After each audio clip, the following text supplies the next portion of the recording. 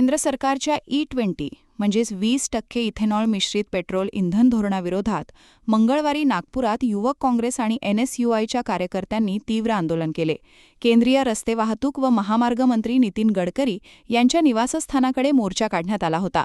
मात्र पोलिसांनी कडेकोट बंदोबस्त ठेवत आंदोलनकर्त्यांना मार्गातच अडवले आणि अनेक कार्यकर्त्यांना ताब्यात घेतले. आंदोलनकर्त्यांनी केंद्र सरकारवर E20 इंधन धोरणाबाबत सर्वसामान्य नागरिकांच्या चिंता आणि आक्षेपांकडे दुर्लक्ष केल्याचा आरोप केला.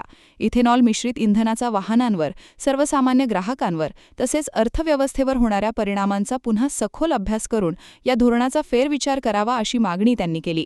गडकरी यांच्या निवासस्थानाकडे मोर्चा जाणार असल्याची माहिती मिळताच पोलीस प्रशासनाने परिसरात मोठा बंदोबस्त तैनात केला होता. आंदोलनकर्त्यांना पुढे जाण्यापासून रोखण्यात आले. यावेळी पोलीस आणि आंदोलनकर्त्यांमध्ये काही काळ शाब्दिक वादही झाला. परिस्थिती नियंत्रणात ठेवण्यासाठी पोलिसांनी अनेक कार्यकर्त्यांना ताब्यात घेतले. या घटनेमुळे नागपुरात काही काळ राजकीय वातावरण तापले होते. E20 इंधन धोरणावरून विरोधक आणि केंद्र सरकार यांच्यातील संघर्ष आणखी तीव्र होत असल्याचे या आंदोलनातून दिसून आले. दरम्यान या आंदोलनामुळे परिसरात काही काळ वाहतुकीवरही परिणाम झाल्याचे सांगितले जात आहे.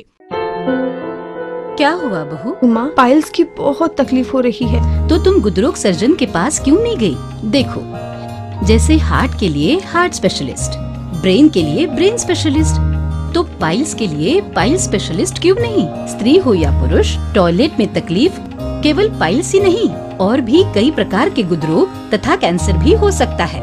इसीलिए इसकी प्रत्यक्ष जांच जरूरी है।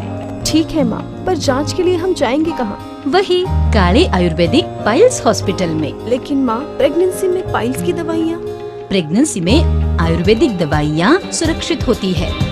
जनहित में जारी काले आयुर्वेदिक पाइल्स हॉस्पिटल, औषधि चिकित्सा तथा सर्जरी ट्रीटमेंट उपलब्ध। हमारा पता उमरेड रोड, दिघौरी बस स्टॉप के पास, नागपुर। अधिक जानकारी के लिए वेबसाइट पर जाएं kalepileshhospital.com।